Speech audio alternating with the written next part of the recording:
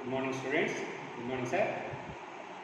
ఈరోజు మనం చెప్పుకోబోయేటువంటి అంశం ఏంటంటే ఘనస్థితి, సాలిడ్ స్టేట్ అనేటువంటి దాని గురించి చెప్పుకోబోతున్నాం. ఈ ఘనస్థితి అనేటువంటి దాని గురించి మనం ఒకసారి మాట్లాడుకున్నట్టయితే ఘన పదార్థాలను మనం పరిశీలిస్తే ఘన, ద్రవ, వాయు ఇలా వేర్వేరు స్థితుల్లో ఆ పదార్థాలు ఉండటానికి కారణం ఏంటంటే వాటిలో ఉండేటువంటి కణాల యొక్క అమరిక. ఆ కణాల అమరిక మరియు ఆ కణాల మధ్య ఉండేటువంటి బలాల కారణంగా పదార్థాలు అనేటువంటివి మనకి మూడు రకాల స్థితుల్లో వాస్తవాన్ని మూడు రకాల స్థితుల్ని పొందడం అనేది జరిగింది. కాబట్టి ఈ ఘనస్థితిలో పదార్థాలను మనం పరిశీలించినట్టయితే వీటిలోని కణాల అమరిక బట్టి ఈ ఘనస్థితి అంటే దీంట్లో కణాలు దగ్గరగా అమరి ఉంటాయి. అందువల్ల వీటి అణువుల మధ్యన ఎక్కువ వ్యాన్-డర్-వాల్ బలాలు అనేటువంటివి అత్యధిక బలంగా ఉండటం వల్ల ఇవి ఘనస్థితిని పొందుతాయి. ఇలాంటి ఘన పదార్థాలను మనం పరిశీలిస్తే వాటిలోని కణాల అమరిక ఆధారంగా మనం వీటిని రెండు రకాలుగా వర్గీకరించాం. ఒకటి స్ఫటిక, రెండోది అస్ఫాట్. స్ఫటిక, అస్ఫాటిక. స్ఫటిక ఘన పదార్థాలు, అస్ఫాటిక ఘన పదార్థాలుగా మనం చెప్పుకుంటున్నాం. అస్ఫాటిక ఘన పదార్థాలకు ఉదాహరణ ఏమిటని అడిగితే గాజు, రబ్బరు ఇలాంటి వాటిని మనం పరిశీలిస్తాం, చెప్పుకుంటాం. అదే స్ఫటిక పదార్థాలకు వస్తే పంచదార, ఉప్పు ఇలాంటివి దేన్నైనా సరే మనం చెప్పడానికి అవకాశం ఉంది. సో స్ఫటిక పదార్థాల్లో అణువుల యొక్క అమరిక అనేటువంటిది ఎలా ఉంటుందంటే క్రమమైన పద్ధతిలో ఉంటుంది. క్రమమైన పద్ధతి. అదే అస్ఫాటిక పదార్థాల్లో అయితే అణువుల యొక్క అమరిక ఎలా ఉంటుందంటే క్రమరాహిత్యంగా ఉంటుంది. క్రమరాహిత్యంగా ఉంటుంది.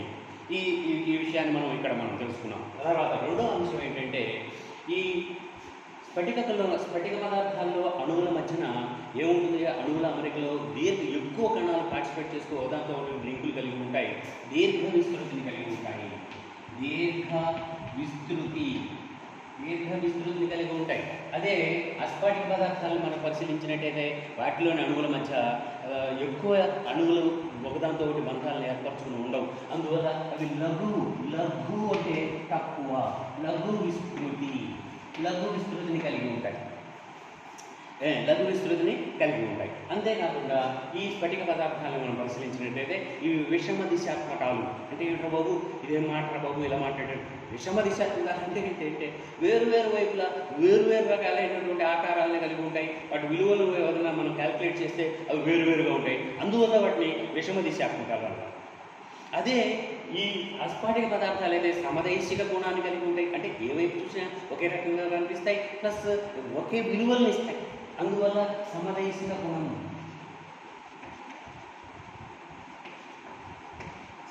గుణాన్ని కలిగి ఉంటాయి.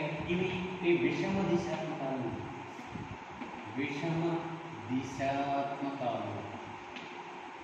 ఇవి విషమ దిశాత్మకాలుగా మనం చెప్పుకుంటాం. అంతేకాకుండా ఈ రకంగా మనం ఈ స్ఫటిక పదార్థాలు, అస్ఫాటిక పదార్థాలు వీటిలో ఉదాహరణ ఉప్పు, పంచదార, ఇక్కడికి వస్తాయి గాజు, రబ్బర్. మనం మొహం చూసుకునే అద్దాలు, ఇలాంటి చిన్న అద్దాలు కొడితే పగిలిపోయి మొక్కలు అయిపోతాయి. అంటే అవి ఘనస్థితి కదా అని అనుకుంటున్నారు. అదే బస్సు అద్దాలు, కారు అద్దాలు లాంటి వాటిని చూడండి, పగల కొడితే మొక్కలు అవో, ఒక బీట్లుగా వస్తాయి తప్పితే అది ఘనస్థితిలో ఉన్న ద్రవ పదార్థాలు కింద లెక్కగా వచ్చింది. ఓకే, నెక్స్ట్ ఇంకొక అంశం ఏంటంటే ఇప్పుడు ఈరోజు మనం ఈ ఘన పదార్థాల గురించి మాట్లాడుకుంటూ వెళ్తున్నాం. కాబట్టి ఈ ఘనస్థితిలో ఉండే పదార్థాలు వాటి యొక్క అణువుల ఆధారంగా కణాల మధ్య ఉండే అంతరణుక బలాల స్వభావం కారణంగా వీటిని అణు పదార్థాలు, అయానిక పదార్థాలు, అయానిక పదార్థాలు మరియు సంయోజనీయ పదార్థాలు ఈ రకంగా ఈ పదార్థాలుగా దీన్ని విభజించడం అనేటువంటిది జరిగింది. ఓకే, మనం నెక్స్ట్ ఈ టాపిక్లోకి వెళ్తే ఇప్పుడు ఈ ఘన పదార్థాలలో ఉన్నటువంటి ఈ ఘన పదార్థాలు అనేటువంటివి కణాల అమరికతో ఏర్పరిచినప్పుడు అవి అనేక పొరలుగా ఉంటాయి. ఈ రకంగా అనేకమైన పొరలుగా మనకు కనిపిస్తూ ఉంటాయి. ఈ పొరల మధ్య దూరాన్ని కనుగొనడానికే మనకి బ్రాగ్ సమీకరణం, బ్రాగ్ నియమం ప్రకారంగా బ్రాగ్ సమీకరణాన్ని మనం ఈరోజు నేర్చుకోబోతున్నాము.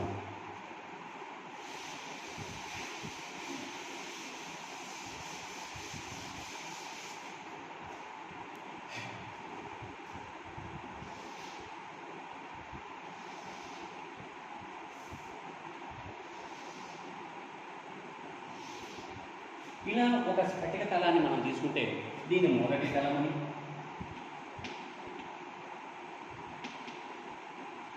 దీన్ని రెండవ తలం అని మనం స్ఫటికాలను మనం పరిశీలించినప్పుడు స్ఫటికంలో కణాలు అనేటువంటివి అమరిక ద్వారా అవి వేరు తలాలని కలిగి ఉంటాయి. అలాంటి తలాల మధ్య ఉండే దూరం ఎంత? నేను బోర్డు మీద గీశాను కదా అని ఇంత ఎక్కువ ఉంటుందని మనం అనుకోవద్దు. పంచదార కణం ఎంత ఉంటుంది, ఉప్పు కణం ఎంత ఉంటుంది, వాటి మధ్య దూరం చాలా స్వల్పంగా ఉంటుంది. ఆ దూరాన్ని మనం కనుగొనడానికి ఏం చేస్తున్నాం అంటే ఎక్స్ కిరణాలను మనం ప్రవేశపెడుతున్నాం. ఈ ఎక్స్ కిరణాలు లాంబ్డా తరంగదైర్ఘ్యాన్ని మనం లాంబ్డాతో సూచిస్తుంటాం. కాబట్టి తరంగదైర్ఘ్యం అంటే ఏంటి? దూరాన్ని తరంగదైర్ఘ్యంగా మనం చెప్తున్నాం. ఈ మధ్య దూరాన్ని, రెండు తలాల మధ్య ఉండే దూరాన్ని మనం ఏమనుకుంటామంటే డి అనుకున్నట్టయితే, ఈ దూరాన్ని మనం డి అనుకున్నట్టయితే ఆ దూరాన్ని మనం కనుక్కోవడానికి తరంగదైర్ఘ్యం అనేటువంటి తరంగదైర్ఘ్యాన్ని లాంబ్డాని మనం వాడుతూ ఉంటాం. అందుకోసం వీటి సహాయంతో ఎక్స్ కిరణం అంటే మనకి దాని యొక్క తరంగదైర్ఘ్యం ఎంతో తెలుస్తుంది. అలాంటి తెలిసినటువంటి ఎక్స్ కిరణాలను మనం పంపిస్తున్నాం. రెండు లాంబ్డా తరంగదైర్ఘ్యం ఉన్నటువంటి రెండు ఎక్స్ కిరణాలని ఏం చేయబోతున్నాం? ఈ స్ఫటిక తలం మీదకి మనం ప్రవేశపెట్టినప్పుడు మొదటి కిరణము మొదటి తలం మీద పడింది, రెండవ కిరణము రెండవ తలం మీద పడింది అనుకుందాం. మొదటి కిరణం మొదటి తలం మీద, రెండవ కిరణం రెండవ తలం మీద. మొదటి కిరణం మొదటి తలం మీద ఏ అనే బిందువు వద్ద పతనమైంది, రెండవ కిరణం బి అనే బిందువు వద్ద పతనమైంది.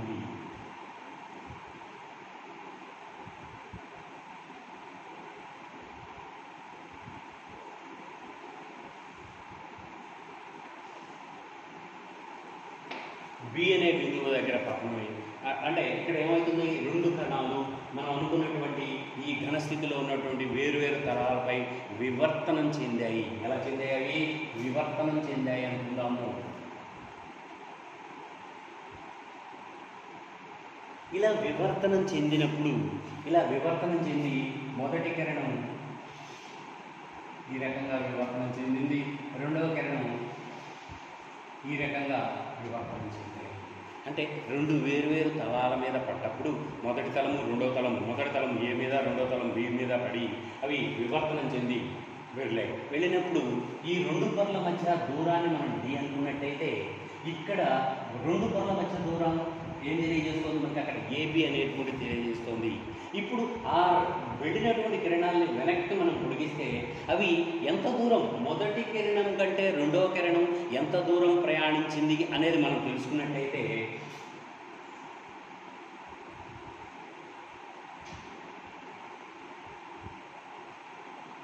దీన్ని సి అని, దీన్ని డి అని మనం అనుకుంటాం. అట్లా ఒకసారి మాట్లాడదాం. ఏంటంటే ఘన పదార్థాలలో ఉన్నటువంటి రెండు తలాల మధ్య దూరం డీని కనుగొనడానికి మనం ఎక్స్ కిరణాల ద్వారా కనుగొనడం జరిగింది. కాబట్టి ఇప్పుడు ఒక స్ఫటికములోని రెండు తలాలు కలిగినటువంటి ఒక స్ఫటికం మీదకు లాంబ్డా తరంగదైర్ఘ్యం కలిగినటువంటి ఎక్స్ కిరణాలను ఇప్పుడు ప్రసరింపజేసేది మొదటి పాయింట్. రెండు ఆ కిరణములు మొదటి తలమును ఏ వద్ద, రెండవ తలము బి వద్ద రెండు తలాలపై వివర్తనం చెందినవి. అలా చెందినప్పుడు అక్కడ ఏం జరుగుతుంది? ఆ కిరణాలు ఎక్కడెక్కడ ఎంతెంత దూరం ప్రయాణం చేశాయంటే మొదటి తలాన్ని ఏ వద్ద వివర్తనం చెందింది, రెండవ తలాన్ని బి వద్ద వివర్తనం చెందడం జరిగింది. ఇలా జరిగినప్పుడు వీటిని సంబంధించినటువంటి విషయాన్ని ఒకసారి మనం పరిశీలిస్తే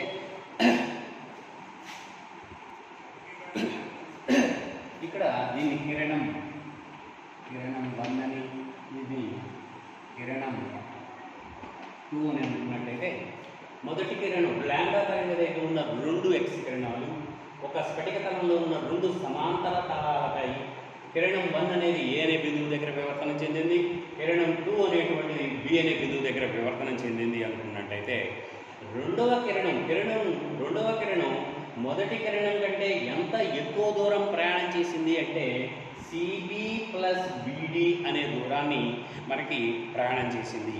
అంటే మొదటి కిరణం కంటే రెండవ కిరణం ప్రయాణించిన దూరం, రెండవ కిరణం ప్రయాణించిన దూరం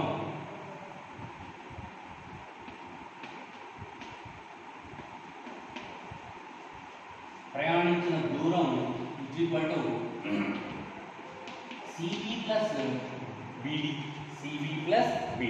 అయితే ఈ వివర్తన కోణాన్ని మనం ఏమనుకుంటాం, తీటా, ఈ తీటా, దీన్ని కూడా మనం తీటాగా మనం చెప్పుకున్నట్టయితే, వివర్తన కోణాన్ని తీటాగా మనం చెప్పుకున్నట్టయితే అప్పుడు రెండవ కిరణం ఈ బ్రాగ్ నియమం ప్రకారంగా మనం ఏం చెప్పబోతున్నామంటే, మొదటి కిరణం కంటే రెండవ కిరణం ప్రయాణించిన అదనపు దూరం అనేటువంటిది అంటే CB plus BD is equal to ఏమవుతుంది, ఈ సిబి ప్లస్ బీడి అనేది ప్రయాణించిన అదనపు దూరం అంటే రెండు పొరల మధ్య దూరం. ఈ రెండు పొరల మధ్య అది ఎంత దూరం ప్రయాణం చేసింది, ఈ సిబి ప్లస్ బీడి అనే దూరం ప్రయాణం చేసింది. కాబట్టి ఈ ప్రయాణించిన దూరం అనేటువంటిది అప్పుడు అక్కడ ఉన్న అక్కడ ఉన్నటువంటి తరంగ దైర్ఘ్యానికి ఏమవుతుంది, సరళ పూర్ణాంక గుణిజముగా ఉంటుంది. ఎలా ఉంటుంది, సరళ పూర్ణాంక గుణిజంగా. అంటే CB plus BD is equal to N lambda. N అంటే సరళ పూర్ణాంక గుణిజము. అంటే ఇక్కడ వివర్తన క్రమం అని ఎన్ ఈజ్ ఈక్వల్ టు 1 కావచ్చు, 2 కావచ్చు, 3 కావచ్చు, ఇలా అవుతుంది. అంటే ఎన్ అనేటువంటిది ఏంటి, ఇక్కడ వివర్తన క్రమం. ఎన్ అనేటువంటిది ఏంటంటే ఇక్కడ వివర్తన క్రమంగా మనం చెప్పడం జరిగింది. ఇప్పుడు ఈ దూరాన్ని డి, రెండు పొరల మధ్య ఉండే దూరాన్ని డీని మనం ఎలా క్యాలిక్యులేట్ చేస్తాము అంటే, మనకి సిబి ప్లస్ బీడీ ఈక్వల్ ఎన్ లాంబ్డా వచ్చింది.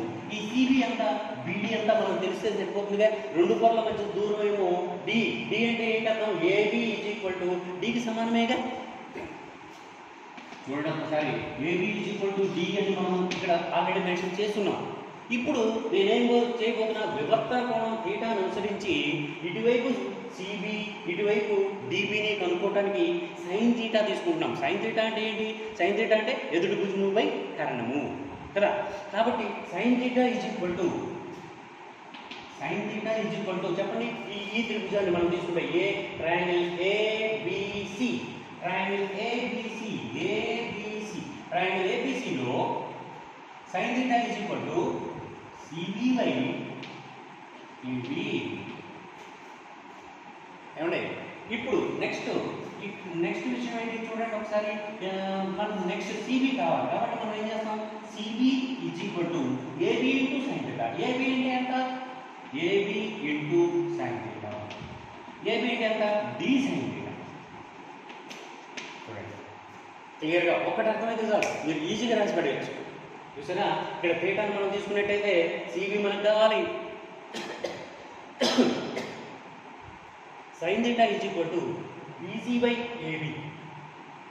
ఏబి అంటే D, so BC is equal to D sine theta. ఇదే విధంగా ట్రయాంగిల్ ఏబిడి తీసుకో, ఏబిడి ట్రయాంగిల్ ఏబిడిలో sine theta is equal to ఎదురుకుండా ఉన్న భుజం BD by AB. Same BD కావాలి, so BD is equal to BD is equal to AB into sine theta. అంటే D sine theta. అంతేనా కదా. చూడండి, ఇప్పుడు రెండవ కిరణం మొదటి కిరణం కంటే అదనంగా ప్రయాణించిన దూరం ఎలా వచ్చింది మనకి, CB plus BD that is equal to CB అంటే D sin θ అండ్ BD అంటే కూడా D sin θ. కాబట్టి D sin θ plus D sin θ అంటే 2D sin θ గా మనం చెప్పచ్చలేదా, 2D sin θ వచ్చేస్తుంది. ఇందాక మనం ఈక్వేషన్లో ఏం చెప్పుకున్నాం, ఇక్కడ ఒకటిలో చూడండి CB plus BD equal to ఎలా దాని యొక్క తరంగ దైర్ఘ్యానికి సరళ పూర్ణాంకంలో ఉంటుంది అనుకున్నాగా. కాబట్టి ఇప్పుడు మనం ఏం చేస్తాం, ఒకటిని తీసుకొచ్చి దీనిలో ప్రతిక్షేపించినట్టయితే, రెండులో ప్రతిక్షేపిస్తే, ఒకటిని రెండులో ప్రతిక్షేపించినట్టయితే లేదా రెండుని తీసుకెళ్ళి ఒకటిలో ప్రతిక్షేపించినట్టయితే ఏం జరుగుతుంది మనకి, అప్పుడు 2D sin θ is equal to n.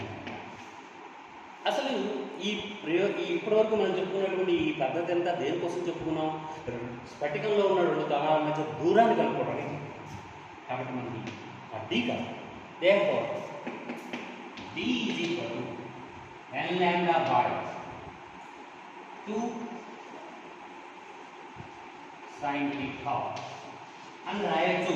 లేదు ఇక్కడ వరకు తెలుసుకోవచ్చు. దీని నుంచి దానిలో డి మనం తెలుసుకోవచ్చు. ఎన్ అంటే సరళ పూర్ణాంక గుణకం, ల్యాండా తరంగ దైర్ఘ్యం మనకు తెలుసు, సైన్ తీటా మనకు తెలుసు. ఆల్రెడీ ఇవన్నీ తెలిసినట్టయితే మనం ఆ రెండు పొరల మధ్య ఉన్నటువంటి దూరాన్ని మనం కనుక్కోవచ్చు కదా. ఈ విధంగా బ్రాగ్ సమీకరణాన్ని ఉపయోగించి మనం ఏం చేస్తున్నామంటే బ్రాగ్ సమీకరణాన్ని ఉపయోగించి ఘన పదార్థంలోని రెండు తలాల మధ్య దూరాన్ని కనుగొనడం అనేటువంటిది జరిగింది. Thank you.